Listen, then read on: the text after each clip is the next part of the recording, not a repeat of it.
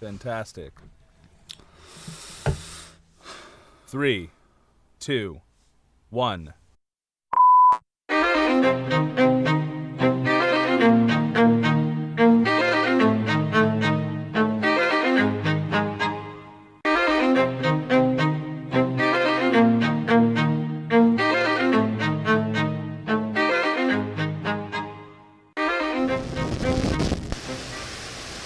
Welcome to another episode of the Politipop Podcast, the podcast where we take Ty's favorite horror movies from high school and discuss the social and political themes within. I am your co-host, Mike Booch, and in my second seat today is my favorite co-host, Ty. Hey, I'm really excited about today. As you should be, Ty, and I'm excited to have all of our listeners rate and review us on iTunes or wherever you get your podcasts. Make sure that you go to our YouTube channel and like and subscribe, and also find us on Twitter at PolitiPopPod. Ty, why are you so excited about today's episode where we review Dawn of the Dead? Please tell me.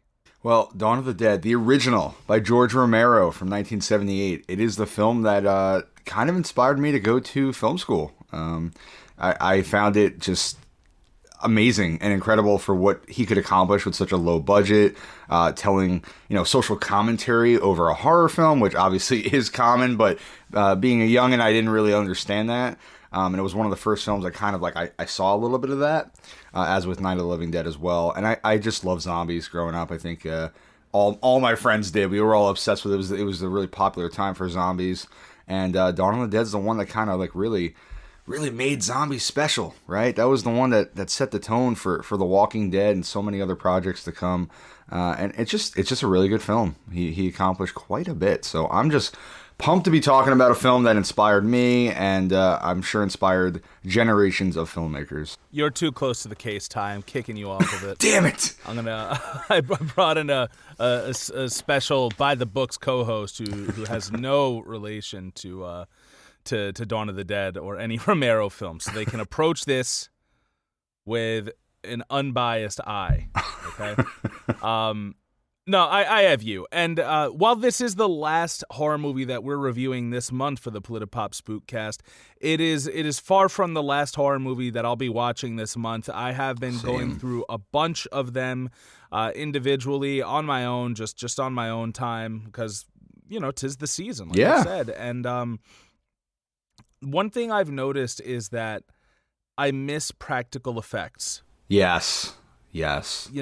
I've been watching a lot of movies that, they make use of CGI, but like the really good stuff was the practical effects. Like, you really, even if they're not awesome, you still get such a visceral reaction from let's say, seeing a screwdriver go into someone's ear, even if the blood looks completely fake. Yeah. As opposed to if you were to see it done with computers. It's still, it gets under your skin in a way I think the CGI stuff just can't. And some of the most iconic horror films do that. Dawn of the Dead, John Carpenter's The Thing, An American Werewolf in London. Like, these are all, considered the greatest horror movies of all time, and they really relied on those practical effects. I think The Walking Dead became really popular because they used a lot of practical effects on set too. It was kind of a mix. Yeah, but they have Greg Nicotero there, and with the incredible makeup team, and you and I have been very critical of The Walking Dead, not so much in our podcast life, but just in our personal life, as we are both huge fans of the comic book series. And I think we were very critical of the show for mostly its story, the and plot, some of its acting. Sure. Yeah, but as far as like just visually and the way it's filmed and the music and everything, like they really do put together a great piece. And yeah, every week they would always have, right, on Talking Dead, they would have like, oh, this is the kill of the week or something like that. And you would go into it and I'd be like, oh my God, I don't care because Michonne didn't do the thing that I thought she would do. But really we did take that for granted because it is modern. It would be easier for them to use CG at every turn, but they really don't. And they do put in the time, and that is what makes some of, their kills and their gore like so just gross. Well, yeah, I mean, look at World War Z, right? That came out in 2013, and it's not a bad movie, but it's so CGI heavy, right? Like the zombies just don't have that same impact. They don't have that feeling. They're just like one entity, every single one of them, And then you look at something like The Walking Dead or Dawn of the Dead, and each zombie is so unique and just so the kills are so interesting, and it's incredible just how they're able to pull that off, and they were so creative. Yeah, it's really awesome. And watching Dawn of the Dead, I had forgotten, I hadn't watched it in a few years now, and it was really pleasant to go, oh, you know what, they pulled off some really cool stuff in this. Especially like when you learn more about the production and just like how small scale it was. Oh yeah, like we can get into that a little bit more later, but it's definitely, it's pretty cool. Yeah, the Romero franchise, the Of the Dead or whatever it might be, franchise has had a really important spot in your heart, and because of that, it's also had an important spot in mine. Yes. I mostly got to know these films because I was your friend at the time that you were like, oh, like these films are great, and so I didn't become as obsessed with them from a Phil angle or a social commentary lens until later on. Really I was just like, oh, these are ridiculous zombie films to watch with my friend, and that's why I got to know them and know them line for line and everything like that. But Romero, from the inception of his films with Night of the Living Dead, which it broke ground by talking about, least of all things, let's say racism in a horror movie. And this was a true horror movie, in which the characters, every time they're trying to do something to get ahead and survive, like they keep failing at every single turn. And the individual they had to turn to is played by Dwayne Jones. He is a black man. They put a black man in the lead of this horror film, which, we were criticizing Halloween for not having that in any of their films, let alone, when did Night of the Living Dead come out? 68? Yeah.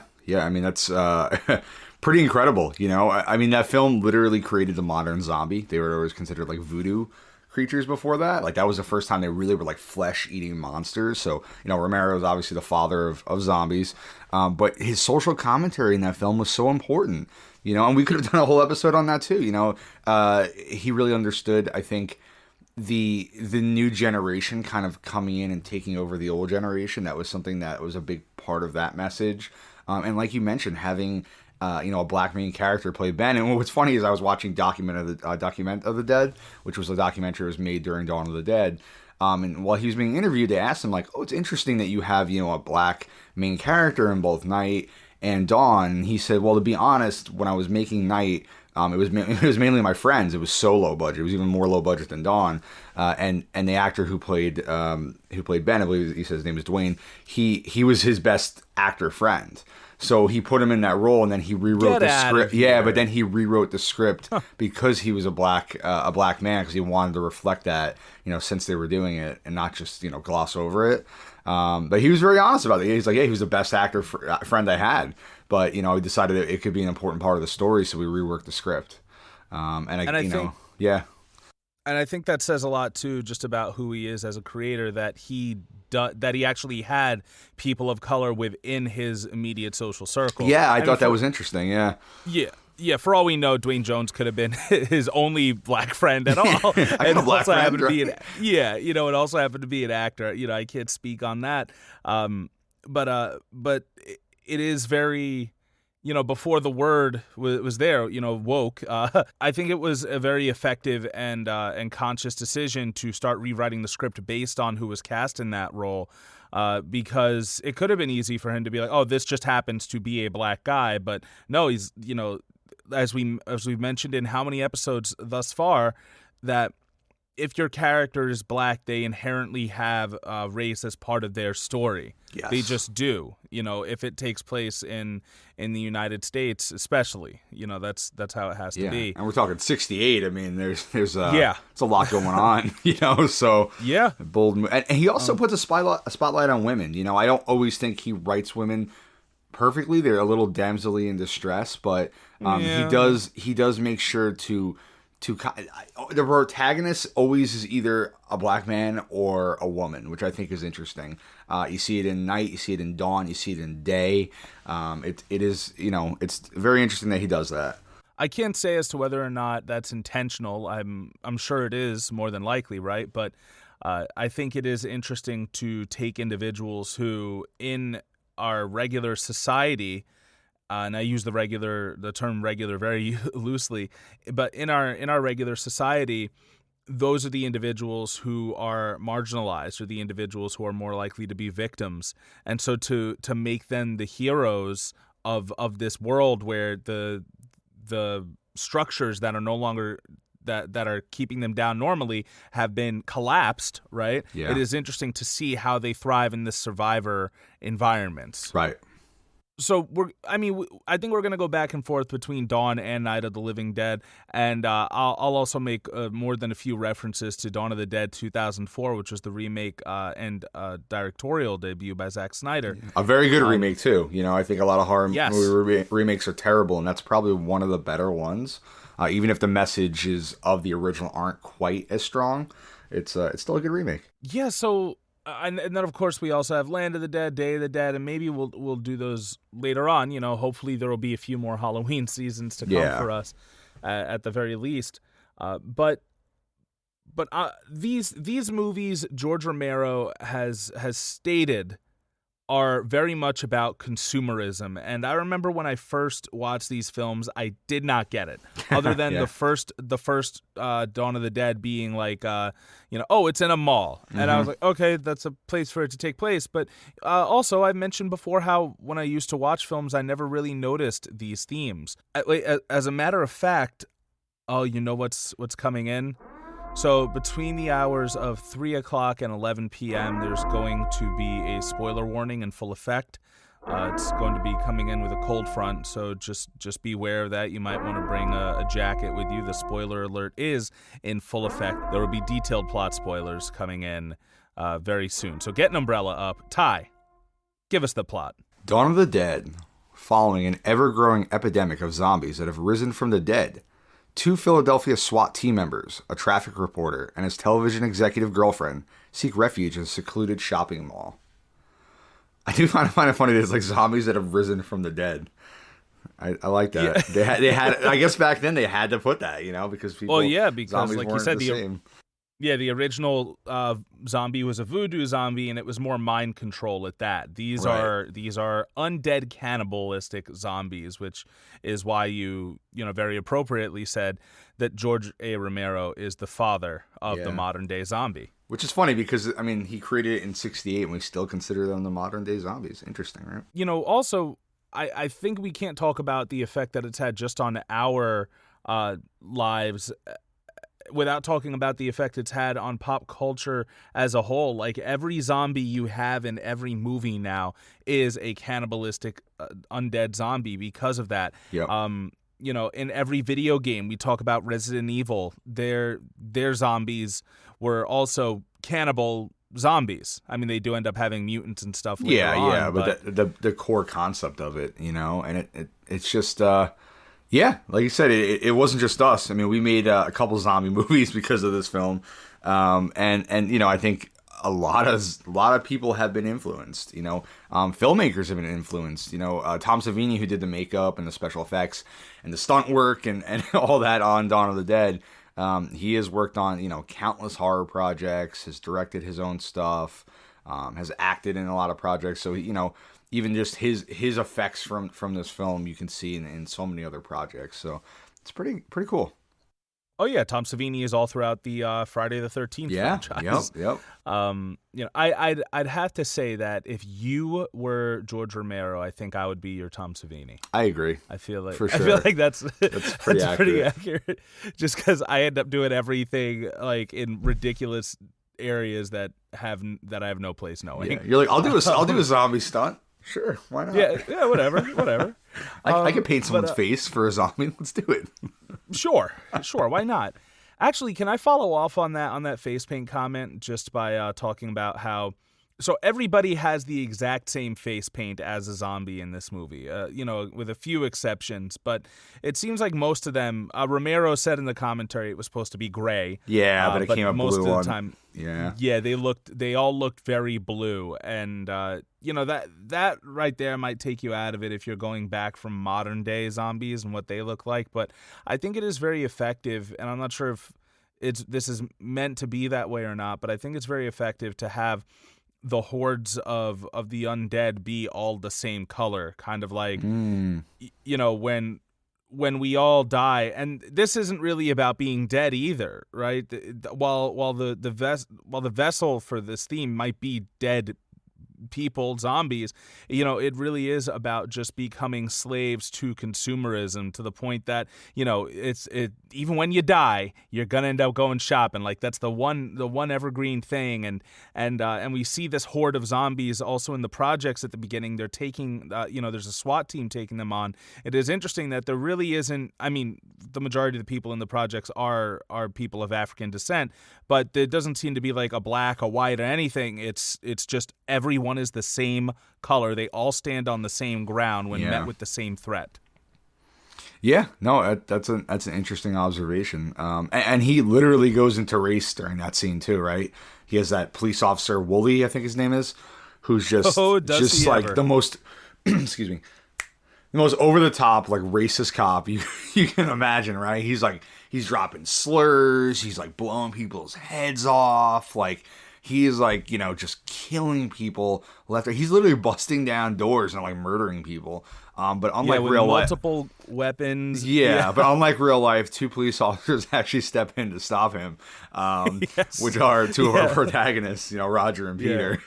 Yeah, the other cops actually do step in to stop him, but this guy, and trigger warning, I'm gonna say the actual slurs, but like he's this dude with like, he's got like multiple guns, and they're in the projects, and who are they after again? Are they after some like gang members? There's a guy named Martinez. Like, they don't really. I don't think he really go into after Martinez, who who I'm pretty sure they brown faced him, by the way. Yeah, I thought so too. I was like, they brown faced him. It's like, they mentioned in the commentary that he was wearing a wig, and then like I made sure to look for the wig, and I also noticed, I'm like, that guy's not Puerto Rican. Yeah, like, that guy just has brown paint on his face. We can't get any Puerto Rican actors, so. Yeah, George Romero was like, yeah, people stopped, actors of color stopped being my friend after I killed off the guy in my last movie. So I just get a bunch of white guys. But yeah, you have this cop who, like, I mean, it is terrible, because all I could think of are, recent no-knock raids that have happened in real life, but he's like, oh, these niggers and spics, they got it better than I got, blah, blah, blah, and he just starts busting it, pop, pop, pop, pop, pop, fucking lighting people up, until finally he gets lit up by Peter, right? Yeah, who is a black police officer. Roger tries to stop him first, right? Yeah, he tries to like hold him back, and he gets knocked over, and then Peter just shoots him. Roger's 4'9", so yeah. He's 5'7" actually, but yes, he looks 4'9" compared to Peter, which actually was almost an issue casting him, but they really, didn't. Yeah. Romero was afraid to cast him because of how much bigger Peter was, and the actor was like, "Listen, no one's gonna remember after 5 minutes," so they did it. I also thought it was interesting that Roger tries to stop, I think it might be Martinez, from getting shot, right? Like, they're pressed up against the building at one point, looking at each other with their guns, and Martinez goes to run out, and Roger goes, "Don't run out there!" And he tries to grab him, and then the SWAT team or whatever that's watching, fires and kills him. So it seems like Roger doesn't really want to come in here and murder everybody. He does have some empathy, and it does start to get to him as he sees, like, all these people being killed, and then they start running into, zombies, and just, just how horrible the situation. It's a really, like, disgusting scene. People are dying left and right. They're being chewed on by their loved ones. It's pretty brutal. Yeah, and I'm sure that back then it was even more brutal. Like, once again, the thing that takes you out of it is, while Savini's makeup work was great for the time, it's really not, the work they had in this movie kind of just, it doesn't tell you zombie, it tells you person in makeup. So like, you can imagine that even then, though, that was like the pinnacle of special effects work, and it probably was so gross, and they pretty much opened up the movie with this, and you described some of the gross parts, but the one thing I really remember was when Ken Foray, he's Peter, yep. Ken Foray's character, a.k.a. Joe Grizzly, bitch. That's another Halloween reference. Nice. When he gets beaten up by Michael Myers in Rob Zombie's Halloween. Yeah, that's it. Oh, fuck, that's right. Yeah, he takes Joe Grizzly's coveralls, and Oh that's how man, he becomes that the son of a bitch killed Peter. Yeah. But when he's in the basement and he sees all these zombies there and some of them are wrapped up in sheets coming back to life, I did see like a lot of like corona imagery, and Oh yeah. obviously that wasn't on purpose, but a kind of you can't not think of that. With everything you watch nowadays, it does have to be like you even think to yourself probably, oh, why are those people so close to each other? Oh, this was filmed 5 years ago. Yep, Like, yep. it is so weird how we've, I don't know, we've just become so adapted to COVID like that. But yeah, so we do see it in everything. And, being that they're not going into the suburbs for whatever this raid was, they're going into the projects. Like, they're going into, closed urban housing and whether they're zombies or not, they're having to eradicate these people. And I don't think they really shoved it in your face, but I do think that the narrative of police brutality is definitely there if you want it. Definitely. And this is a sad scene. I mean, all these infected people have been like locked away. Because, obviously the government doesn't know how to handle the situation, much like they didn't know how to handle the pandemic of 2020. Like they didn't know what to do. They're overwhelmed. You're watching the television. They have all these experts fighting about what to do. So these people didn't know what to do. They locked away their loved ones, and I think they fed them, right? Like they were feeding them people or something. I think one of them was. You're right. Right, because I think they say that, and then yeah. Peter puts them all down. They used actual amputees for this scene so that they could really make it horrific, and you can see like different limbs and stuff off. Yeah, and that also made its way into the 2004 remake where Snyder used a few amputees for those the running zombies, which made it even more horrifying. Yeah. So it's a sad scene. These are just people trying to. A lot of them are trying to live their lives. Like these are like not everyone in here is a criminal. Suppose even if you want to assume Martinez is, we don't know for sure.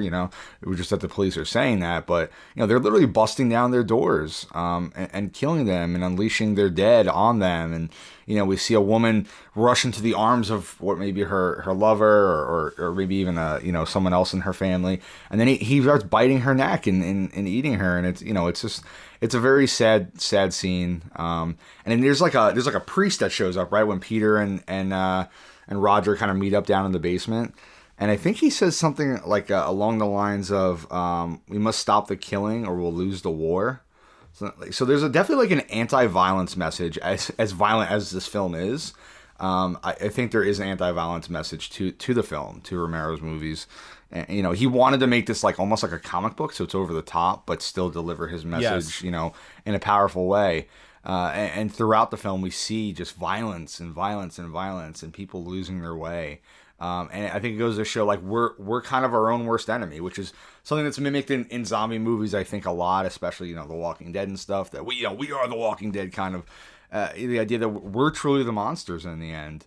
And we saw this in Night, and we see it throughout Dawn. Yeah, and I think it's a matter of not just fighting each other, because there isn't a lot of human on human violence in this movie. It's a lot of human on zombie violence, but I think it's also just a matter of, if we're looking at it through the lens of becoming a zombie means being overtaken by consumerism, and that consumerism is part of that capitalist cycle, right? Right. I want things, so I work, and I work to buy things, and then I need more money, so I work some more, and that's pretty much it. So, I think it's also this matter of trying to fight off the inevitability of becoming a part of that cycle. That for all my talk of wanting to be a revolutionary and trying to break out of the capitalist system, if I find out tomorrow that my wife is pregnant, I'm putting my college degree to use, getting a job in admissions, and I'm working there the rest of my life because I know that I have to take care of my kid. That's it. Like it.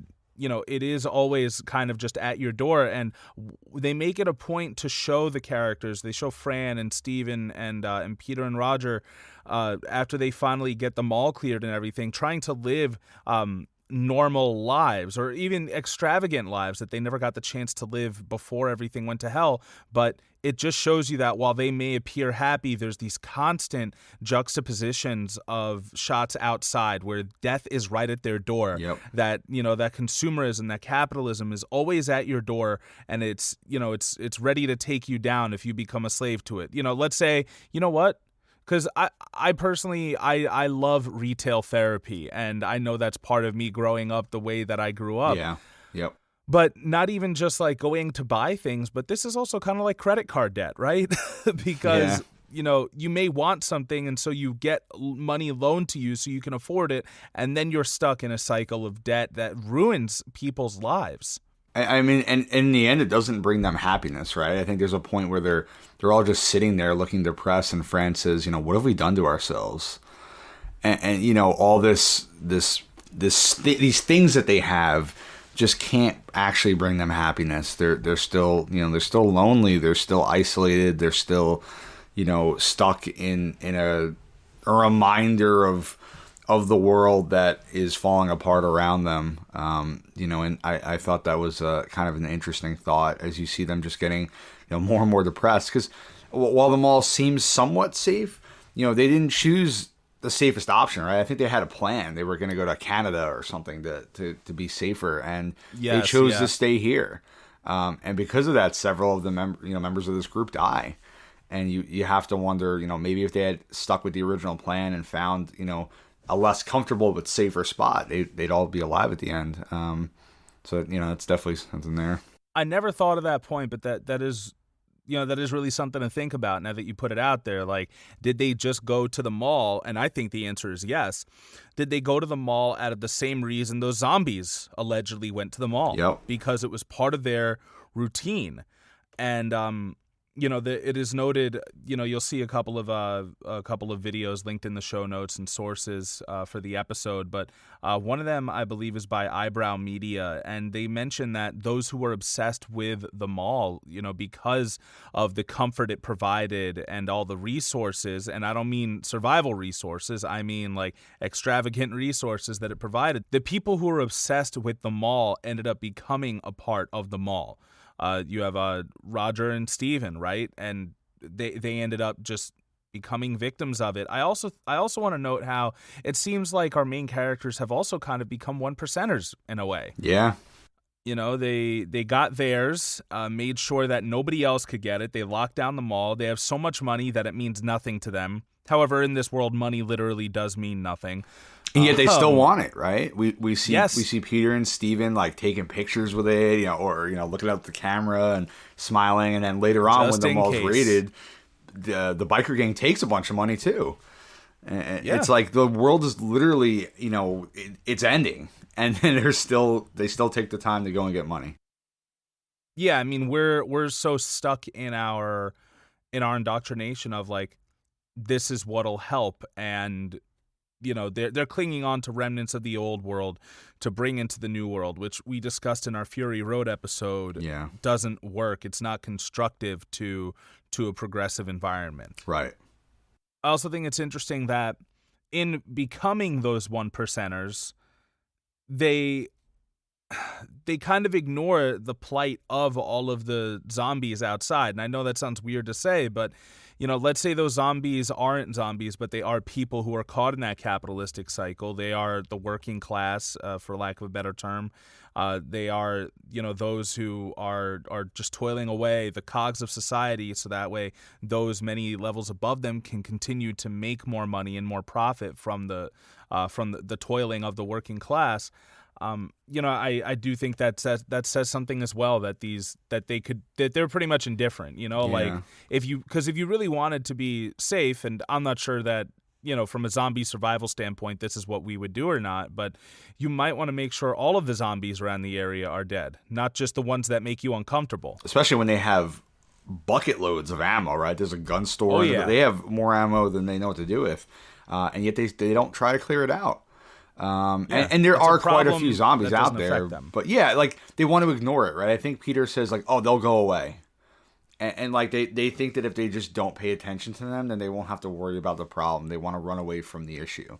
But obviously that's not the case. They're not going away. There's even a scene, I think, where Peter's playing either like racquetball or tennis or something up on the roof, and his ball falls off the roof, and you just see like all these zombies walking around. And he just doesn't seem to That was a to really care. beautiful shot. Yeah, it's like, he's up there having fun, and these are all people, which he even states at one point. He says they're us, right? Like that, he literally says they're us. They're not something different.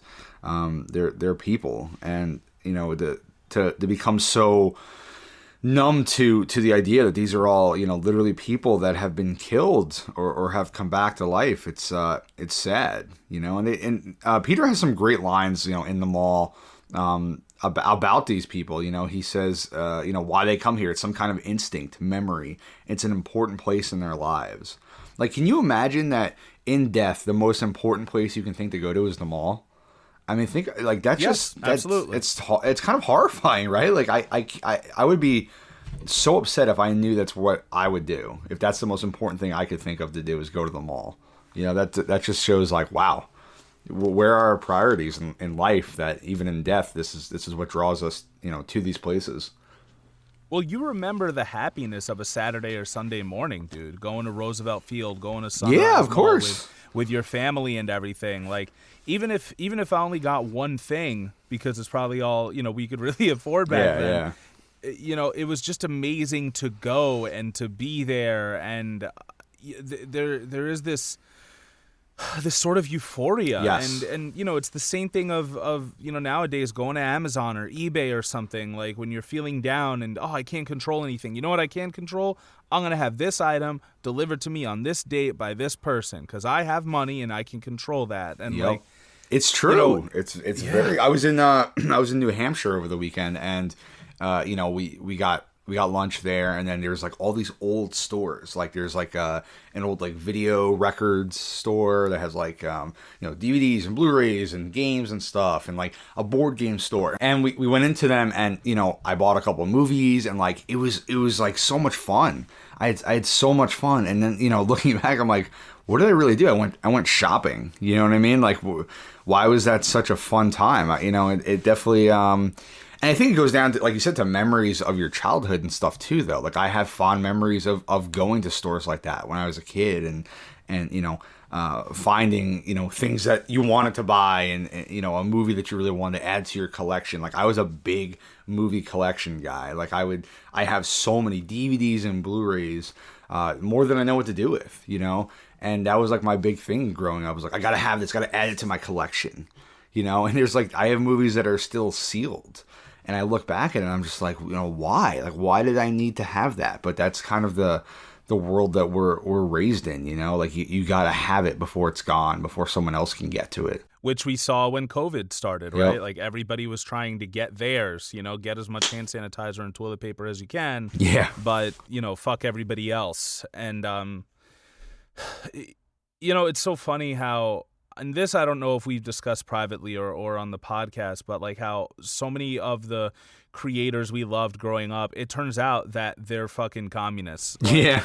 Or, or they're super progressive, like Alan Moore, George Romero. Yeah. They have very specific themes in all of their work that's still so prevalent today. They're kind of fighting the system, in their own way. Yeah. Like in Documentary of the Dead, George Romero talks about the fact that a lot of people around him that worked with him on the film also talk about the fact that George refuses to work with Hollywood because he doesn't want to be a slave to his Hollywood like producers and people who funded his film. Like, he wants to make a movie with his vision.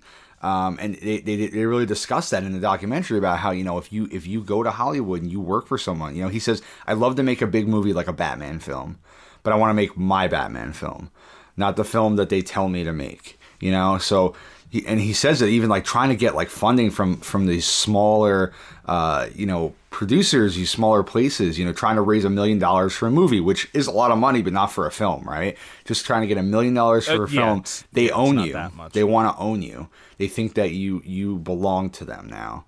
And I think, he throughout his career, he really tried to show that no one belongs to someone else.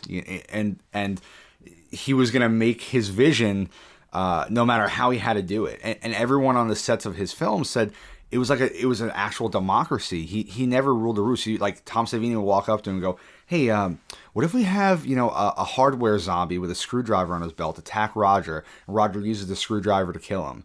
And George goes, "Yeah, okay." And then they'll be like, "What if I fall off the roof there and I land on a pile of boxes? That would look cool." Yeah, that could work. Okay. Like he was like very like he would take the ideas of the crew.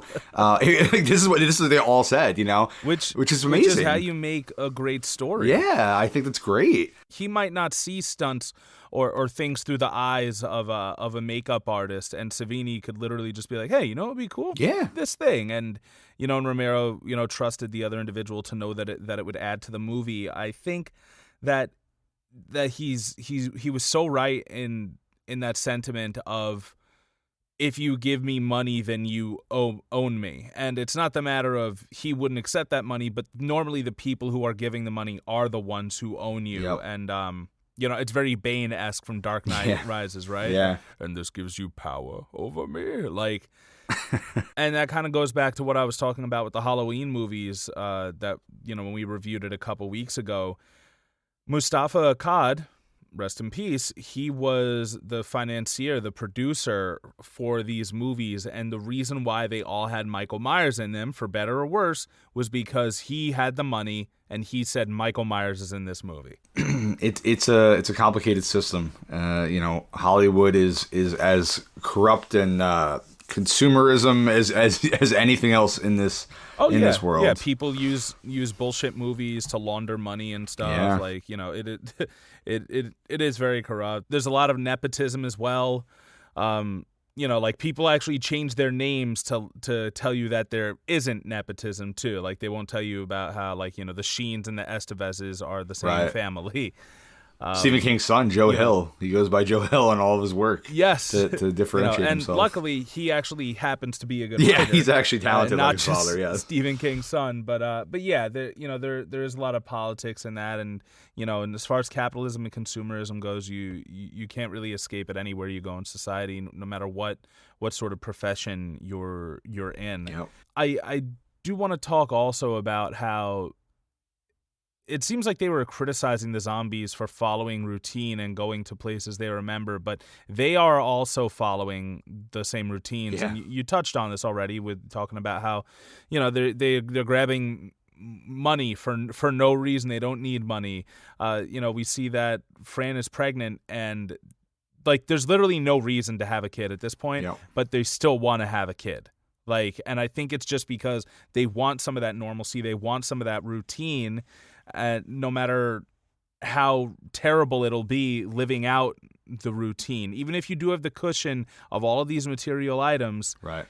You're still doing things that are counterproductive to your life just because you are told to do them. And I feel like we face that decision every day when it comes to capitalism.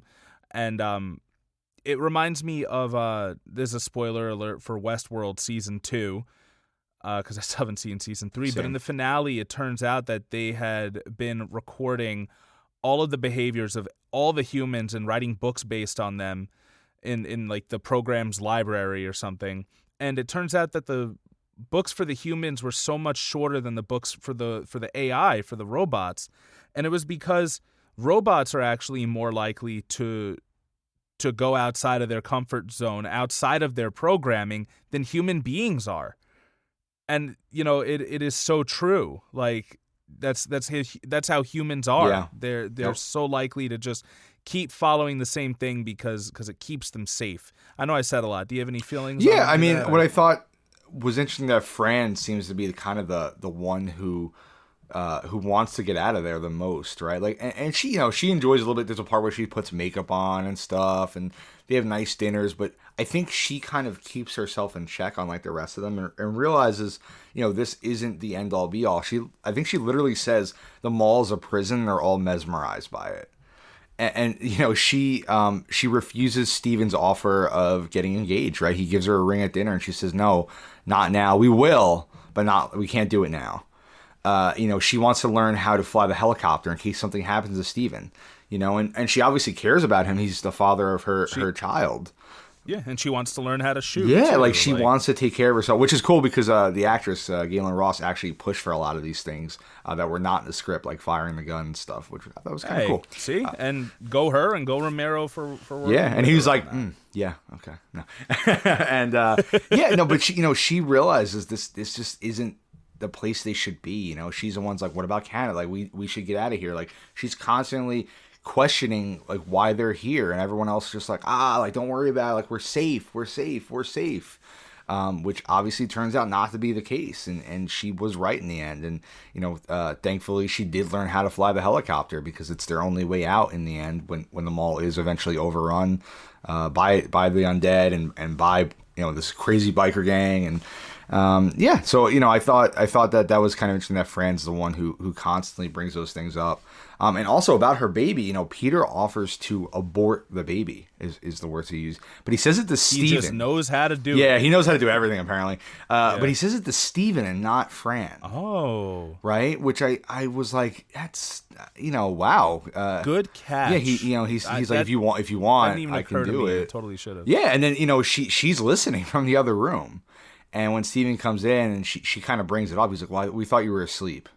Like, that would make it better, like, oh, we thought you were sleeping. We're still deciding your fate. Yeah, it's again men trying to control a woman's body, and I think Romero put that intentionally in there, that they don't ask her, but ask the father of the baby, and of course it's fucked up. Like, she should be the one to make that decision, and she wants to keep the baby. And I'm not sure if it was intended this way either, but Fran, just in being a woman, kind of, women are more likely to know what it's like to live in that silent prison, that things may look great on the outside, but they're not. Yeah. And, whether it's, being someone in an abusive relationship or someone who's in a less than ideal living situation, a relationship or job even, just because it provides you safety, all of us can relate to that to some extent, but I think more so women can, just because of living through patriarchy. So it is interesting that Fran is the one to be like, guys, even though we're safe, even though we feel safe, this isn't where we're supposed to be. Like, we just don't need the basic stuff taken care of. And on one of the links in the show notes, the person who talks about this in his YouTube video, he talks about how it's kind of similar to Corona now, like in the state of COVID-19, how we are in a rush to get back to society the way it was, even though there is still a pandemic. Right. And that we got football, so everything's okay. Like, there's lots of stuff, and I think it's intentional that there is a rush to get media out there that's going to keep us distracted and keep us comfortable. Meanwhile, we still have people losing their lives in the streets to state-sanctioned police violence. Yeah, there's no second stimulus check, right? There's no second stimulus check for people who have been out of work all this time and are losing their homes. But there's football. And a World Series in baseball. So don't worry, you can watch your sports and not worry about the fact that there are people going homeless in the streets and can't feed their kids. So yeah, definitely intentional. I agree. It's So I know we briefly mentioned earlier, about the violence of people on people, and you mentioned there wasn't a whole lot of it in this film, but I think in a way there is. It's not always a gun battle between two people, but throughout, we just see people making choices that endanger other people, that are selfish. The movie opens with a TV studio where Fran works, where she's some sort of executive or someone in a higher station there, and the guy who's running the whole place wants to keep putting on outdated rescue stations on the TV, so that people will tune in. And she kills it. She's like, no, these are all shut down. Like, they're not active anymore. We can't send people to these places. It might be overrun. So she stops that. And and meanwhile, what's on TV is like these different experts and hosts just arguing and fighting over what to do and how to handle the situation. And you have people running in the background, like doing the bunny ears to them. Like, it's just like utter chaos. which is kind of like what we're seeing today, in America right now during this pandemic. But yeah, so like the executive comes out and he's like, who stopped running those stations? And she's like, I did. He's like, I want those on every second, otherwise people are gonna stop tuning in. And she's like, you're gonna kill people, and he cares more about the ratings for the TV station than he does about actually saving people's lives.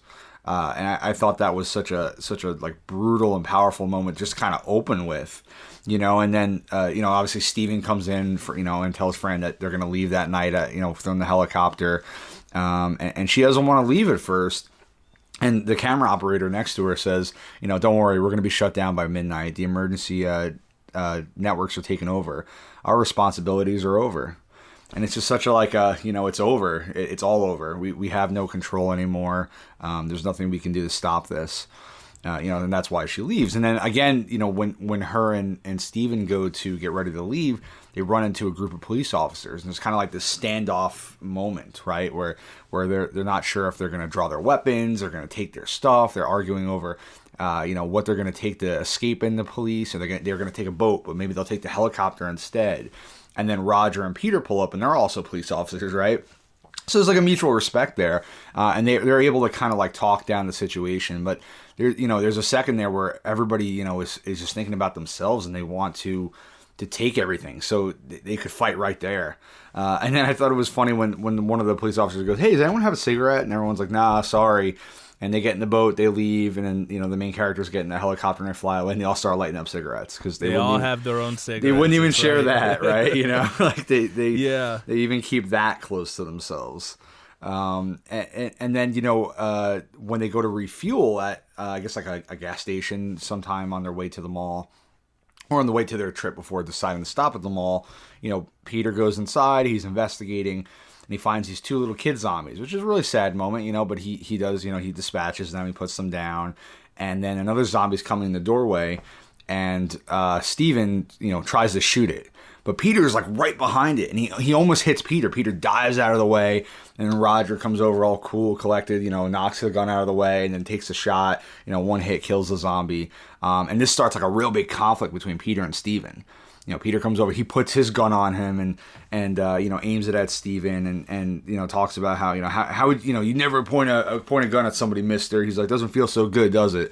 And it's like they're even talking a little bit about like gun violence there and being not responsible with your weapon. Obviously Steven is not a super he doesn't know how to use his weapon that well. He's not as well trained as them. He's more of a pacifist, he's a pilot, he's definitely no marksman. Yeah, for sure. And, he just willy-nilly is just like, firing bullets. And we see this throughout the movie, actually, where he's just like firing away, which ultimately kind of leads to his death because he does that to himself. But, I thought it was right off the bat, there's like this conflict between two of the main characters. And Roger keeps stepping in and he's kind of like, guys, he's the calm one. He's the cool one. He's like, it's all right. We don't have to get, up in arms at each other. And then, later, Roger, who's been calm this whole time, he starts losing it, right? He loses it when they're moving the trucks in front of the mall, and he totally unravels, which I thought was a great twist that people didn't see coming. I didn't expect him to be the first one to kind of lose it and get bitten, and Peter's like, you got to calm down, man, and like there's constant conflict between people, and it eventually leads to that biker gang showing up and just this all out brawl. And a big reason for that is when they call on the radio, Peter's like, we're going to ignore them. We're not going to answer them, And Fran's like, maybe we should talk to them. Because she always wants to, try to do the right thing and try to be the moral compass. She's like, maybe we should talk to them. And they're like, no. And when the biker gang says, you're going to regret not sharing with us. We don't like people who don't share. And they come and they raid the mall. And it starts this giant battle between, Peter and Steven and I don't know, 25, 30 biker gang guys, and again, eventually Steven does get shot because he goes, it's ours, it's all ours. We took this, we secured this place. So he decides to start fighting back, and instead of hiding like Peter told him to. And it's that constant greed, that constant conflict that we just keep seeing coming up between people. Yeah, Steven is representative of a few different things. I want to talk about how he kept aiming his gun without realizing who was truly at the other end of it. And, that kind of reminds me of Malcolm X's quote about like the biggest enemy to the black community being the white liberal person, Yeah. because they think they're helping, even as they're killing you. Like, and we see a lot of that, I feel, with a lot of our election cycles, that we see people who are like, oh, well, I'm going to vote blue no matter who, or I'm going to vote blue all down the ballot. And, because without actually doing research and figuring out which parties really are more likely to advance the black community. And, I think Steven is representative of that individual, that he's like, oh, I'm helping. And then you're totally not. I'm going to bring it up. I'm going to bring it up in this week's episode about the election. I'm going to be doing a housekeeping episode with Joe Armstrong, returning from his 3-episode special with the Batman v Superman review. Nice. But, it is interesting how, like, when the 1994 crime bill was voted in by President Clinton, and it was drafted by Joe Biden. Biden at the time bragged about how many new police officers they were going to have, and how many new death penalties, and how much money was going to prisons. And he said, that's the liberal Democratic Party just voted for that. Like, kind of like he tricked them into it, and was so proud of it. Like, Yep. And I think it just shows that narrative is so deadly for us to have. We still have the Democrats are the good guys, Republicans are the bad guys, and it is so much more nuanced. We spoke last week a little bit in our We Are What We Are episode, in which Pelosi is holding the lives of Americans hostage and preventing COVID relief stimulus, preventing financial COVID relief, just because they don't want to give Trump and his administration a victory so close to the election date.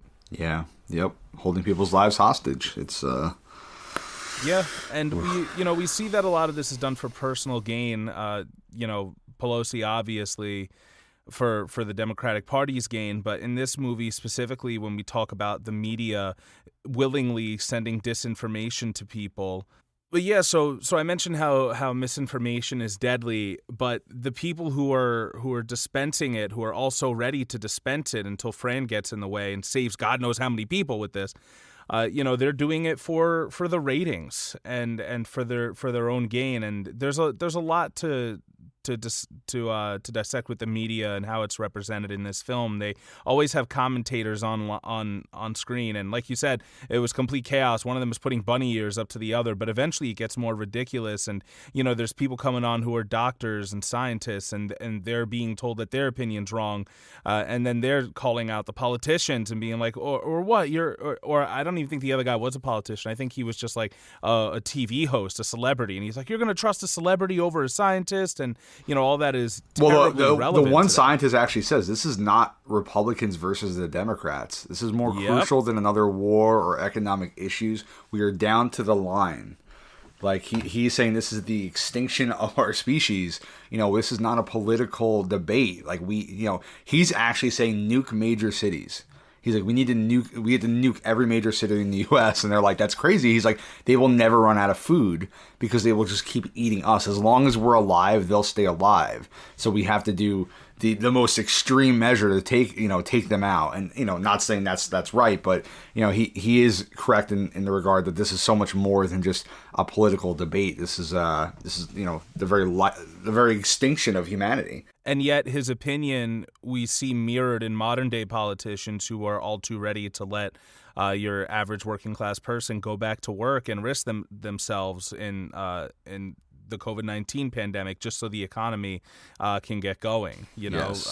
I don't think that's not his motivation, but those are the sentiments of individuals today who are ready to just throw the old and the working people at the pandemic and just let it work itself out. It is.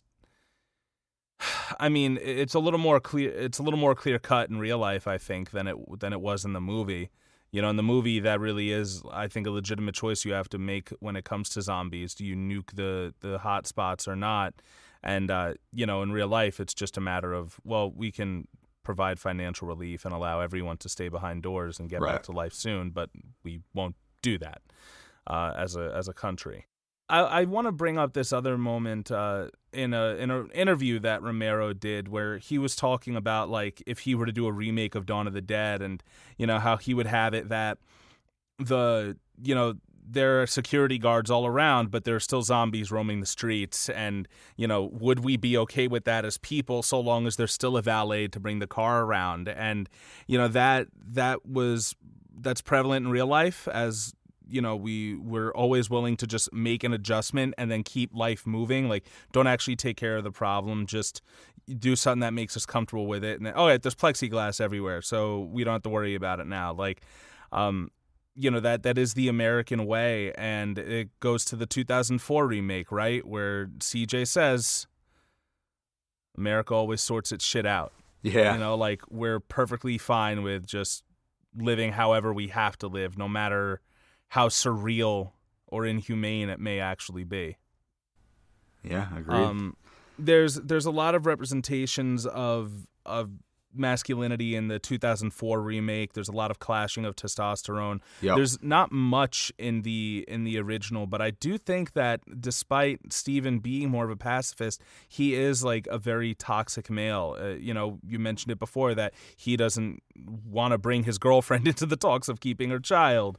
Yeah. We also have where he says it's ours. Like, he could have hidden. There was plenty of space for them to hide in the mall, and they still would have had so many resources that these guys would have looted and destroyed things and maybe let zombies in, but they still would have had so many resources available. But Steven is the one who's like, no, it's ours. We claimed it. We found it. Yep. And, he wants very it. much. Yeah, he's a colonizer. Yeah. He, even Roger's the one who says maybe we should go to a hospital or get some medical supplies for her when she has the baby.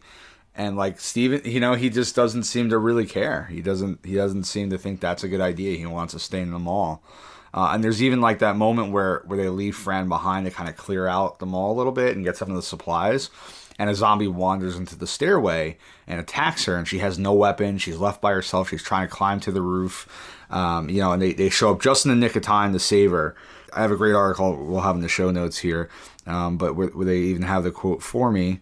Yeah, he says, you should see all the great stuff we got, Franny. All kinds of stuff. This place is terrific. It really is. It's perfect. All kinds of things. Really got it made here, Franny.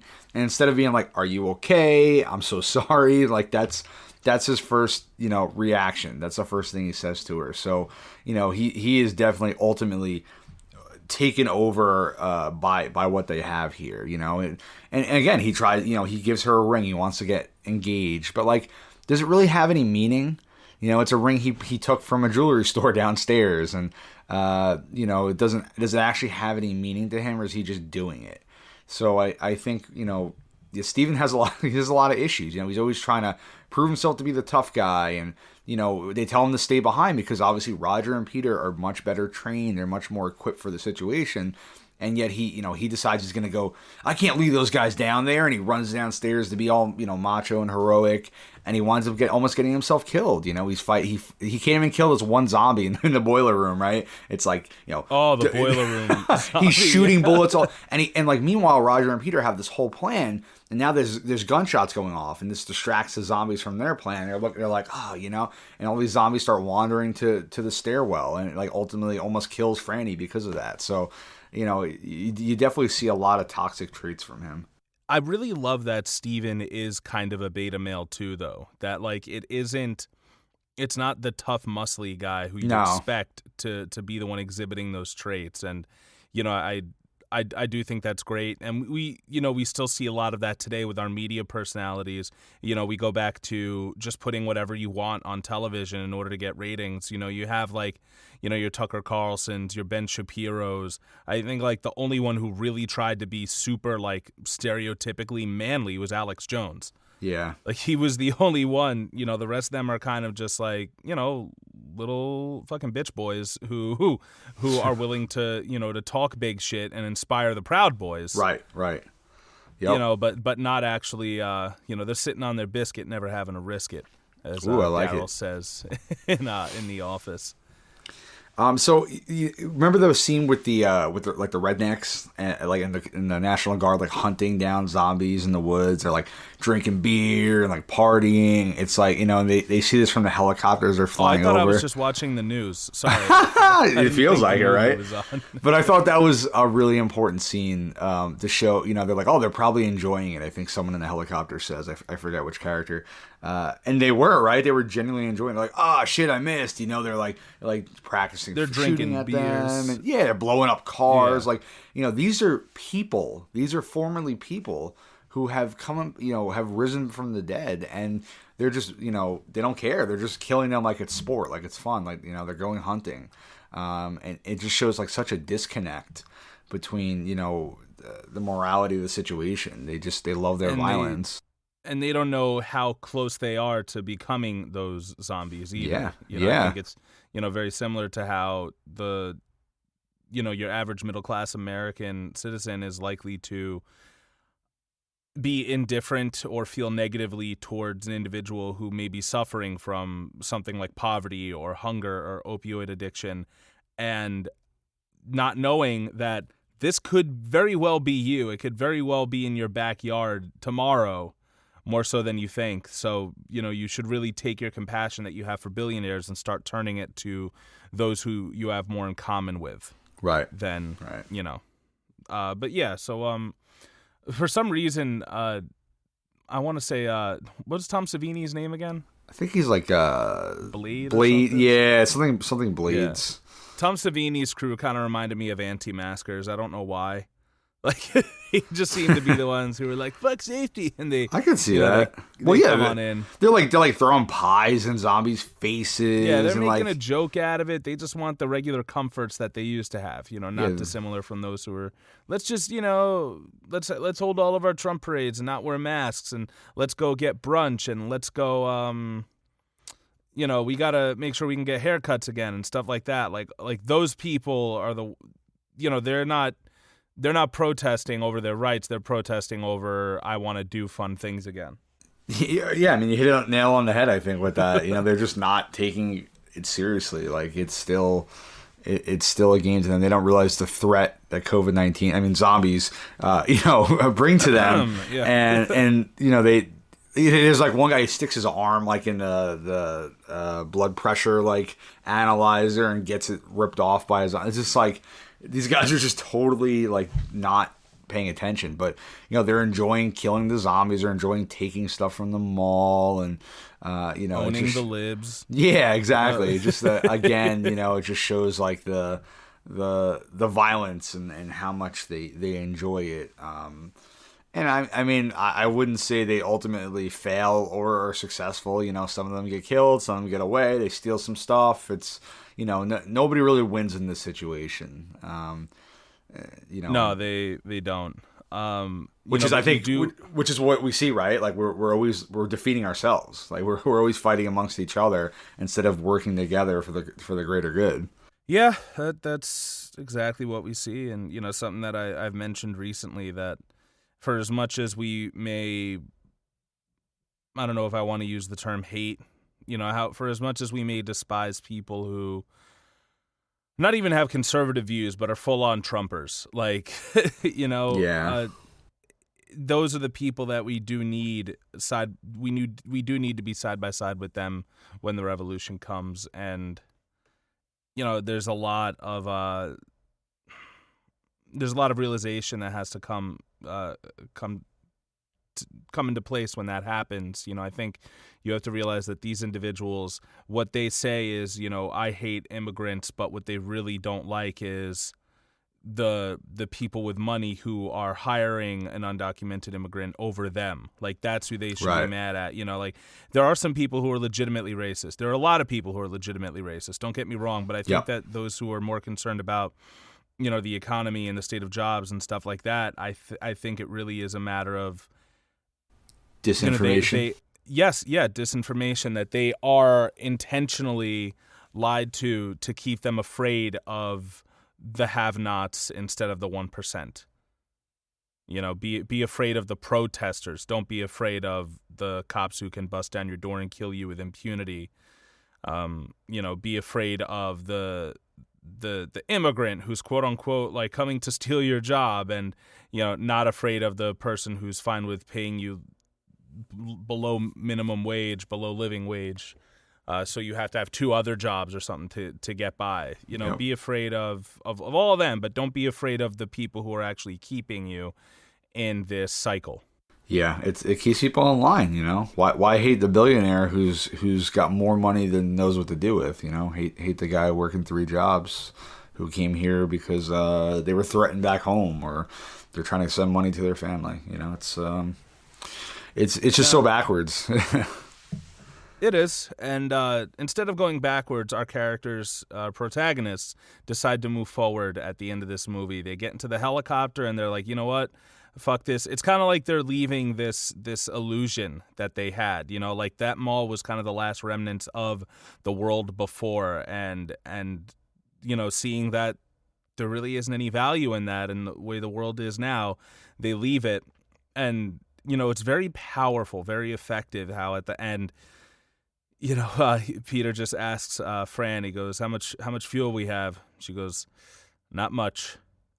And they don't really know where they're going, do they? They're just gonna keep going, right? They're gonna see what they can do. It's a great ending. I love that it's zombie Steven who ultimately leads the zombies up the stairwell, who like past their hidden wall, breaks through That's it. right, yeah. That's the end. final. Yeah, fucking guy.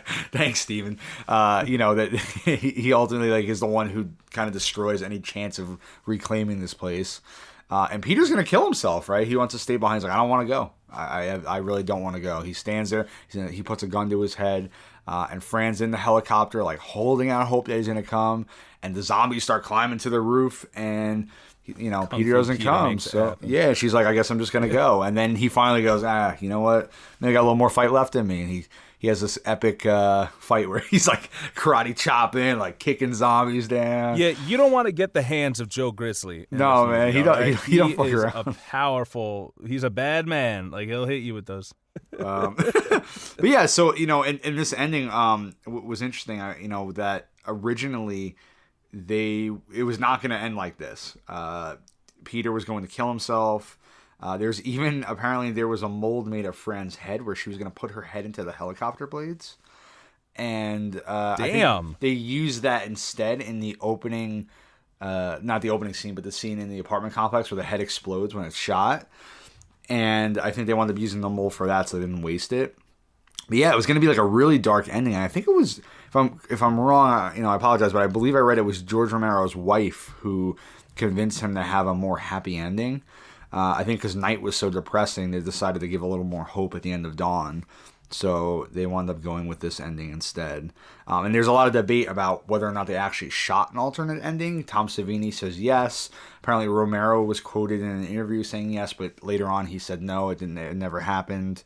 So like they really decided to change that ending up, and I enjoy it. I think it's hopeful enough while not being like everything's gonna be okay. They don't know where they're gonna go, but they realize they have to do something better than this. Yeah, and that's the same thing we see in The Platform. It's the same thing we see in Snowpiercer.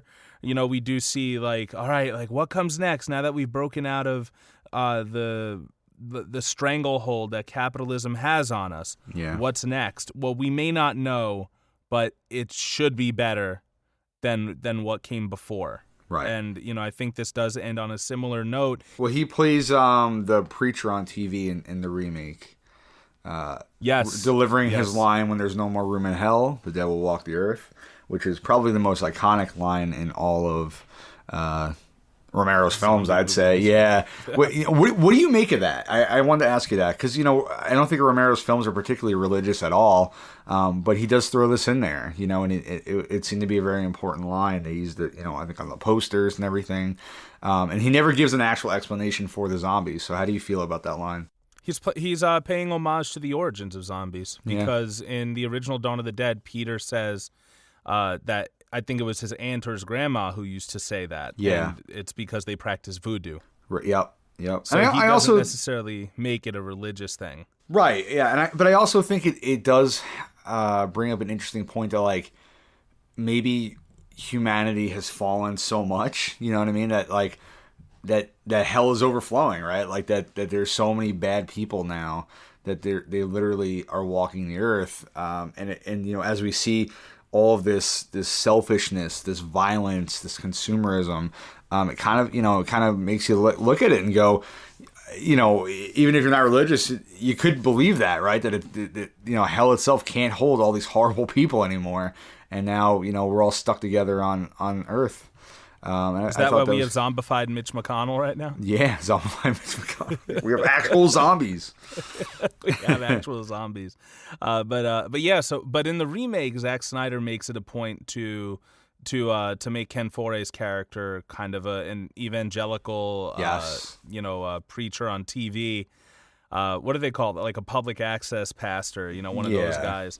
And I do think it made a little more sense in Snyder's, just because that is what we have today. Every time something bad happens, you have religious extremists coming out saying it's because gay people exist. Yep. There was hurricanes because of gay people. You know, soldiers die because of gay people. I'm talking about, of course, about the Westboro Baptist Church, but you know, a lot of religions based in the big three.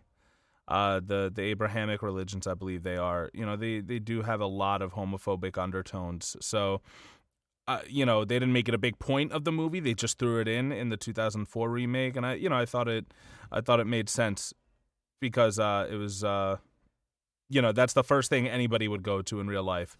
Yeah, that's the first thing they would was go good. to, You know, course. well, it was funny because I think in that movie it's CJ, the security guard, who's watching that, and then later on when he's like imprisoned, this one guy has like a coming out story to him, right? And he's like, right. I'm in hell, you know? Yes. And like that's kind of like the beginning of CJ's journey to being a more empathetic character, right? So it's reading like, I think, like women's magazines, you know, trust is a primary ingredient in a relationship, and kind of becomes more of like a member of the group instead of the asshole that tried to get them killed in the beginning. So I don't know. I don't know if that was all intentional or not, but I think it's kind of a cool part of his journey. I'm sure. And I mean, at the very least, because we know Zack Snyder isn't the most prolific filmmaker, but, you know, I'm sure that he was very much like, all right, CJ's an asshole who then learns how to be more sensitive and help others, and he even ends up dying for people at the end. Like, that was what he had in mind. I'm sure, you know, and he was like, you know, I'm sure that he saw Sucker Punch as like, oh, this is going to handle women's trauma and everything and abuse, and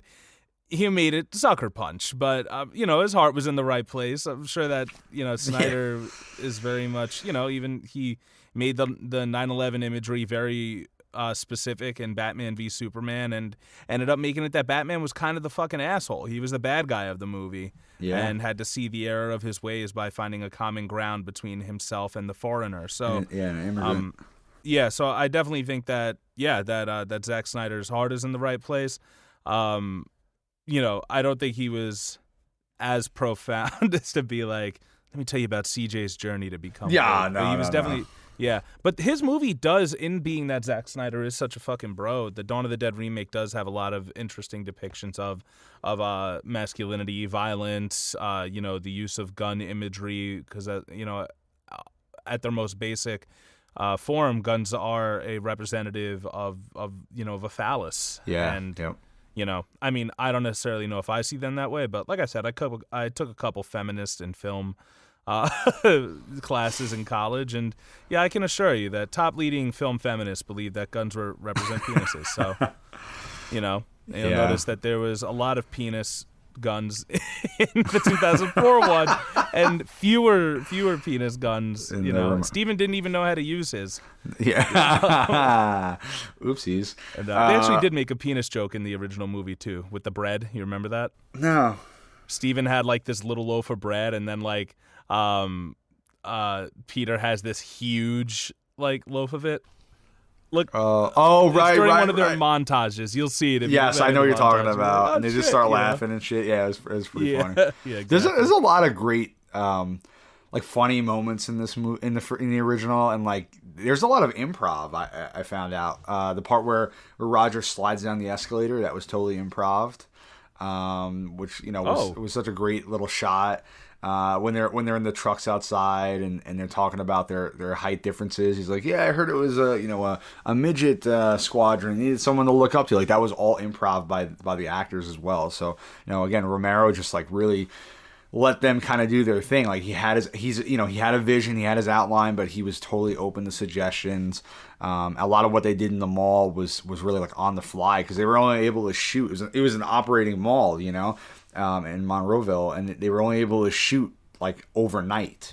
So they had to be out of there, I think, by 7 a.m. They had it, 7 to 7, I think it was, like 7 p.m. to 7 a.m. They had it, and there's a lot of interesting behind-the-scenes stuff about, like, zombies getting drunk and everything. And crashing the golf cart into the pole crashing and the shit. golf cart, exactly. Man. But yeah, so definitely, if you do look into this movie, look into the behind the scenes stuff, because I do think there just is so much to learn from the intentions of the filmmakers, and how they made the movie work with such a limited budget, and that's more of a period thing too. I'd say go to that, use those resources for any movie, not just Dawn of the Dead. But it was great to rewatch it from kind of the lens of, all right, what does this have to say about consumerism? What does this have to say about the media, about extreme personalities who have platforms that they're given to spew whatever it is they intend to spew? There definitely was a lot that was thrown in this movie that I didn't look for or get even hints of the first few times. So it was great to take a look back at that again. And, we shouldn't make this the last Romero film that we do either. No. He has a few gems. We could do an entire Romero episode or two, actually. Yeah, his later work wasn't the strongest, but a lot of his early and even like, somewhat later works, like Land of the Dead and stuff, he's got some great stuff. He did The Crazies. Like, he has some great projects that he really liked to get his voice in his films. I couldn't have said it any better myself, from a true Romero stan. But that being said, everybody, if you enjoyed what we had to say about this, remember, you can listen to us and rate and review us on iTunes or wherever you get your podcasts. Just so you know, 5-star reviews, they do so much to help us, and all it takes is 5 minutes or less of your time.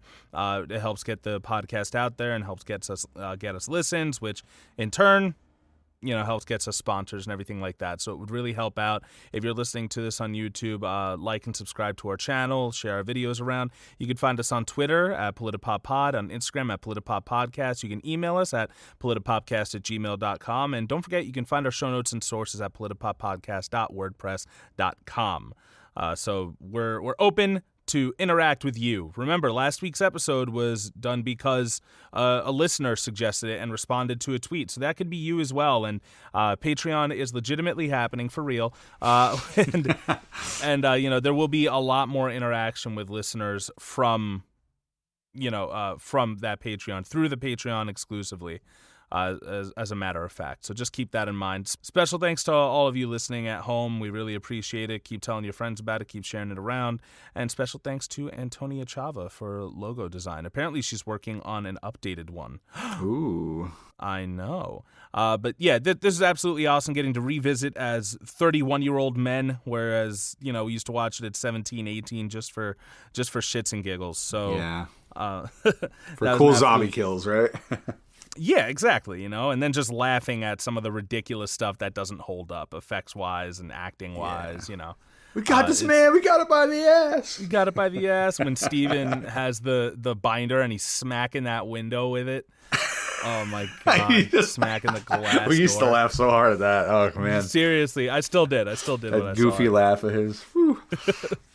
Oh, my God. But yeah, that being said, for the Politipop podcast, I've been Mike Booch. I've been Ty. And remember, no matter what you're scaring yourself with for the rest of the month, no matter what you're watching, listening to, or reading, never stop thinking, never stop learning, and always remember to read between the lines. And scene. Thank you.